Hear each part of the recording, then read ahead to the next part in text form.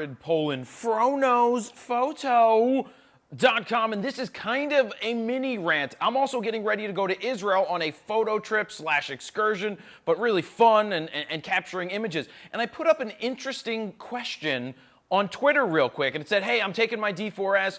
Should I take a backup, either my D800 or D610? And I got some interesting responses back, like, don't risk taking your D4s. It's not worth it. It's too expensive, and you don't want to break it. And that got me thinking about the mentality of a photographer. And if you're a scared photographer, you might as well just quit and sell all your gear right now. And I'm not ripping on you. I'm just saying it's okay to be scared and it's okay to be nervous. But when you travel, or I used to get asked at the camera store, well, hey, I'll be going on this once-in-a-lifetime vacation, and I don't want to carry my DSLR. What's the best point-and-shoot I can get? And I would sit there and say, are you sure you want to take a point-and-shoot? You own quality gear. Why would you want to sacrifice the quality and the lenses that you know that you already own for something subpar? You're a photographer, whether you like it or not, when you travel. You want to get, or I want to get, in my opinion, I want to get the best shots possible, and that means taking the best gear that I own. So when I go to Israel, I am taking my Nikon D4s. I am not afraid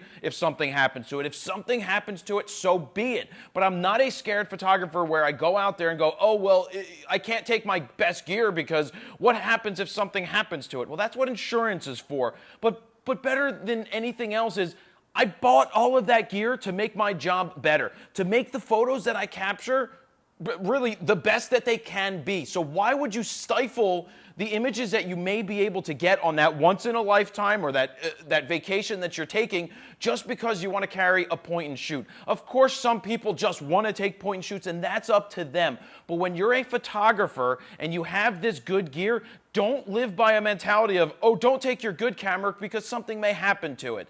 Bad mentality to have. Take your best gear. I simply wanted to say, what backup should I take? So I'm probably going to take a D610 instead of a D600, instead of a D800 as a backup. But then there's one other mentality thing that I wanted to talk about that I hear all the time. And it's, well, I shoot RAW when I know the photos are going to be important, or I shoot RAW when I'm on a job. Well, every photo that I take is important. And every photo you take should be important. If not, it's just a snapshot. You never know when that best shot is going to be. You never know when that... like I hear people say it about their families. Oh, well, it's just a picture of my family, so I'm going to shoot it in JPEG. Okay, well, why wouldn't you just shoot it in RAW? Or at the very least, shoot it in RAW plus JPEG so you have both. But every photo that I go out there and I take is an important photo. I don't go out to take snapshots. I go out to capture the moment and take incredible images every time I go out. And if that isn't the mentality that I have, then I shouldn't be a photographer. It's like when you play baseball. You go out there to hit the ball every single time you're up at bat, and best you're batting 250. So 1 out of 4 times you're hitting the ball. All right, that's not that good. But in baseball, that's pretty good. But you don't go up there with the mentality of, oh, all right, I'm going to strike out this time because it's not that big of a deal.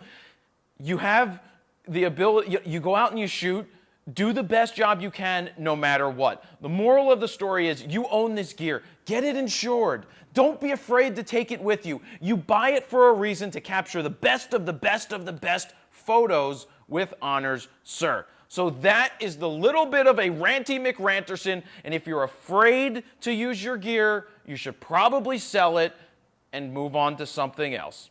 That's it. Jared Polin, phronosphoto.com. See ya. So I hope you like that ranty McRanterson right there. Well, I have another one up on the screen if you want to check this one out. It's a really good mentality play right there. So go ahead, give that one a click, check it out. I think you'll like that rant. But also, you can subscribe right there. Just hit that subscribe button so you can get notified whenever I put up a new video, which I do quite often. So there you have it. I hope you enjoyed. Go ahead, click on one of those things, and that's it. See ya.